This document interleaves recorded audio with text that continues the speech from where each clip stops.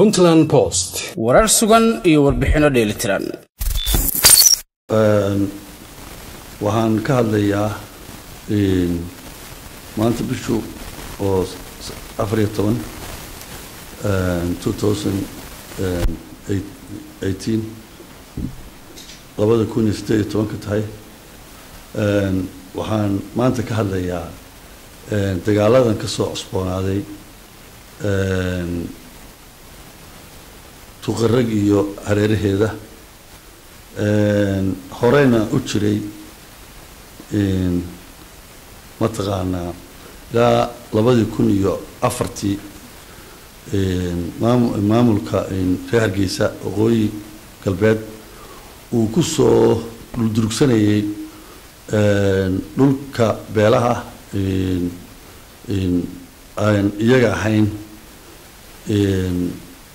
dawladda Puntland ay wax fara badan ay samir iyo dulqaad muujisay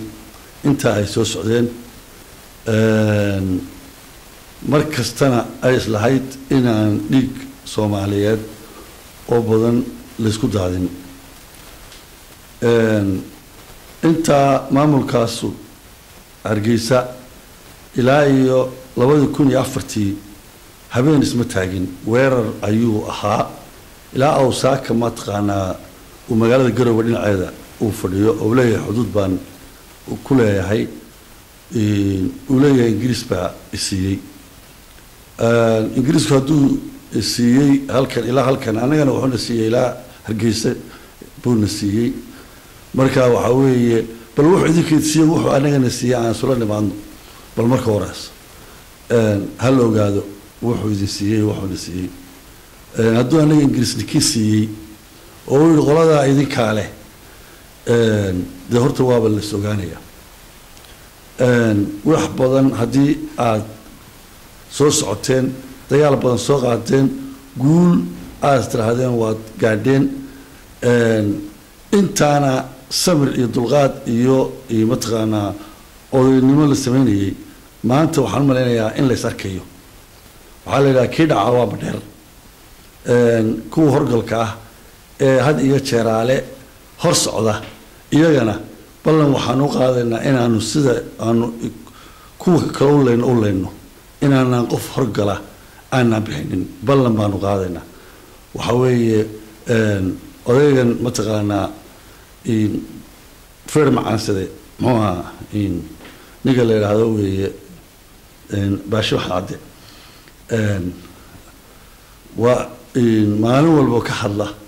inuu weerar soo geliyo ee hor socda isaga kuwa la midka ah waxa weeye maanta inoo tahay ama maanta waxa weeye guusha aad sheegaysaan baad gaari doontaan oo Garowe iman doontaan ama waxa aad tihiin baa la idinka dhigi doonaa runtii waxa weeyaan dadka reer Puntland ama dhulbahante dhulkooda la doonayo in la qaato rag kale uu qaato wiilasha ilaa 1900 iyo 80kii weerarka ku soo ahaa wiilashii hore laayay abayaashin laayay ilmaadaradin laayay dhammaantiin laayay inay maanta idin sheegtaan haddii aad ka yeeshaan idinkana waa daniya xashi waxaan beesha dhulbahante leeyahay oo aan maanta u sheegaya oo waliba reer laasacaanoodo reer buuhoodle oo isdifaac in wiil isaaq oo buuhoodle dhaxdiisa filim ku qaato reer buuhoodle waa diiday waxaan leeyahay maanta waa iskala saaraynaa reer laasacaanoodo gumaysiga iska daaya waxa weeye maalin walba taariikhdiina wiil isaaq uu soo gali oo bari horena carab dheera la sheegi jiray oo aad baa loo yaabi jiray oo jiray carab dheeraha laasacaanoodo lagu sheegaya maxuu yahay oo Ismaaciil Mare ka gabiyay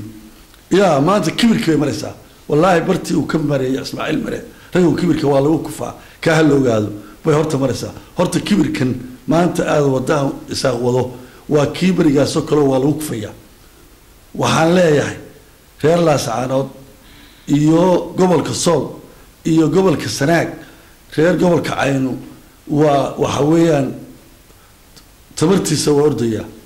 waxa weeye laakiin waxaan leeyahay gobolkeena kale iyo dhalinyarada kale ee aan aqaan inay geesiinta tahay ee aan aqaan inay run sheegayaan war 10 inoo horgala iyo wax afka la isu marmariyo xaashaa lilaahi qidada ka weyn xaashaa lilaahi waxa ka weyn wax loo socdaa ka weyn taariikhda qurbaysaa ka weyn waxa weeye nin aad la siman tahay wax isku darsada ama nin aad la siman tahay wax la waxeeyo wariyaan ciidan yar oo gaadho xun oo weli yar saaran yahay yaa yuusan taariikhdeena dilin oo magaceena dilin oo caruurteena aayahooda aan dilin ana waxaan leeyahay maanta waa maalintii weeye aynu ka godoodi jiray aynu ka kici jiray dhammaantiin kaca meela joogtaanba aniga waxaan leeyahay wallaahi billaahi tallaahi waa lagu dhimanayaa waynu ku dhimanaynaa dhulkeena iyo magaceena iyo taariikhdeena soo jireenka ah wallaahi baa la tirtirayaa taariikhdeena soo jireenka ah baa la tirtirayaa daraawiish bay noqdeen kanay noqdeen caynkanay noqdeen wallaahi maantana Soomaali inaga u liidana aniga waxaan leeyahay raggaan la hadlayo waa iskaranaysaan dibadda iyo gudaha waa garanaysaan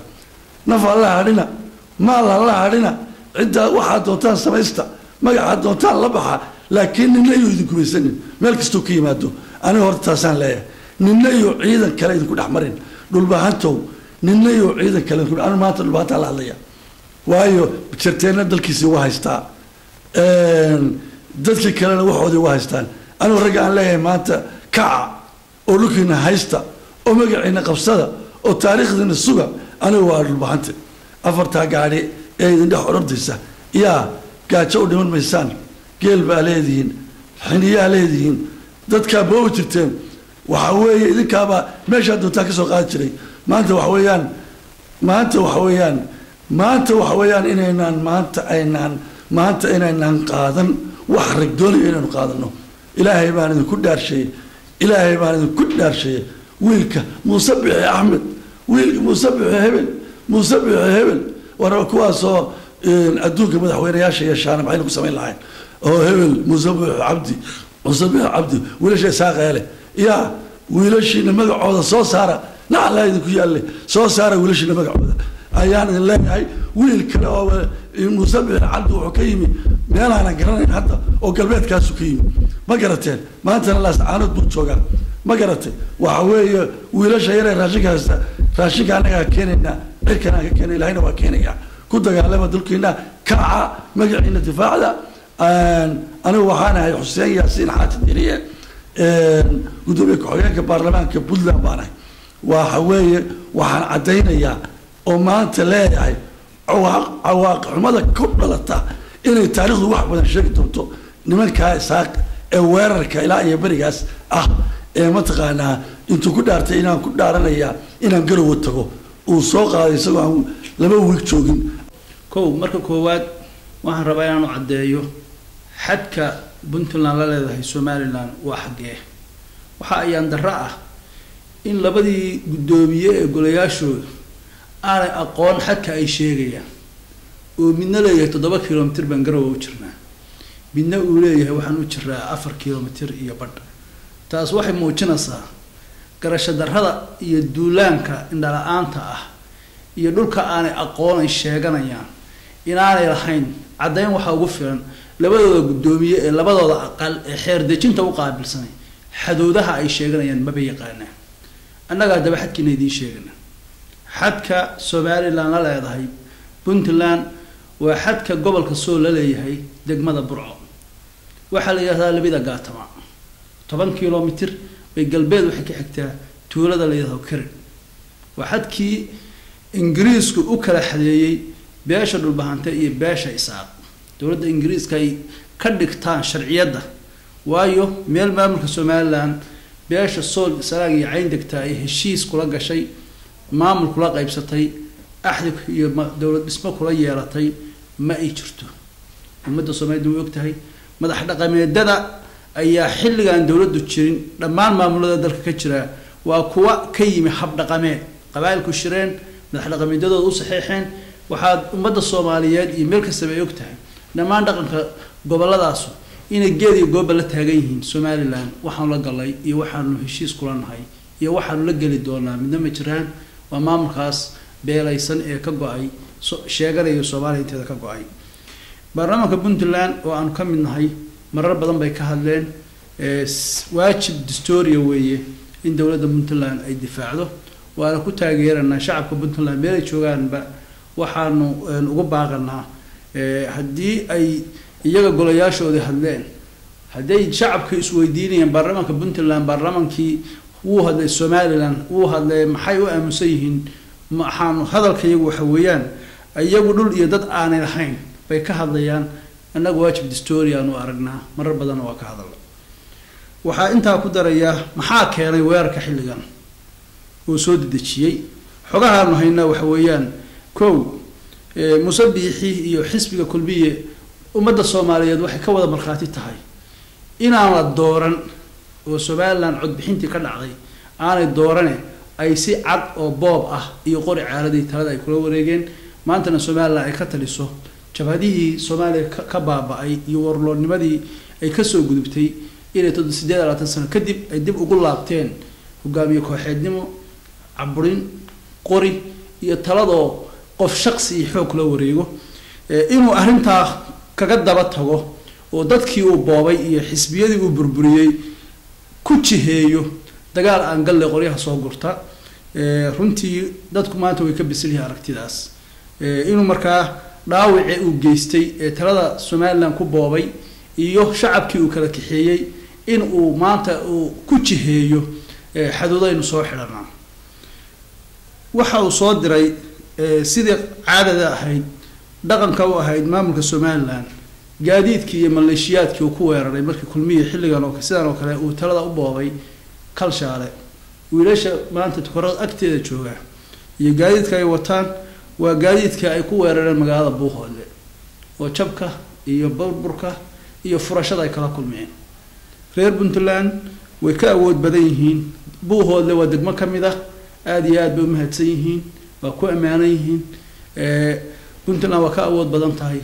wiilashan waxaan u aragnaa naftood halig qofku marka uu naftiisa soo midaamiyo waxaan u aragnaa wiilal iyo gaadiid naftood haliga annagoo dhig Soomaalida aan ku faraxsanayn haddana waxaan ku khasbanahay inaanu xilligii aanu joogno xilligii Puntland xaduudaheeda ay sugi lahayd ka gaabinta hadda ka hor baan rabaa sabab inaan ka bixiyo Puntland waxay ku mashquulsanay xooga saartay saxna ay ku ahayd inteeda badan dhismaha iyo abuuritaanka qaran Soomaaliyeed si loo soo celin lahaa waajib bay iskaga dhigtay markii 98dii la asaasay inay dawlad Soomaaliyeed oo nidaamka federaalka raadiso tacab badan dhaqaale badan xoog badan inta waa la gashay juhdigaas Soomaaliya lagu jeeday ba maamulkaas Somaliland oo qarannimada Soomaaliya ka dirirsan markasta fashilinayay ka faa'iideysanayay si jeedista Puntland ay ku mashquulsan tahay qarannimada Soomaaliya maanta iyadana guul baan ka joognaa waxaan aad ugu faraxsanahay inay jirto dawlad Soomaaliyeed oo ku filan waajibaadkii qaran oo hogaamiyay madaxweyne Maxamed Cabdullaahi Farmaajo waxaan aad uga mahad celinayaa shacabka iyo dawladda Puntland ba sidii ay u soo dhaweeyeen shacabka gobolada Sool Sanaag iyo Buuhoodle xil gaara yaala waxa la jooga xilligii aad Maleeshiya beeleedkaas dhulkiina ku soo duulay aad xoreyn lahaydeen Puntland siyaasadeeda maaha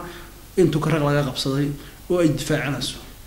maanta Puntland waxa ka go'an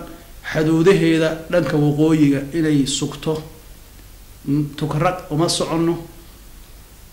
Maleeshiyadaas meesha yimi waxaan ka dhameystirnaa insha Allah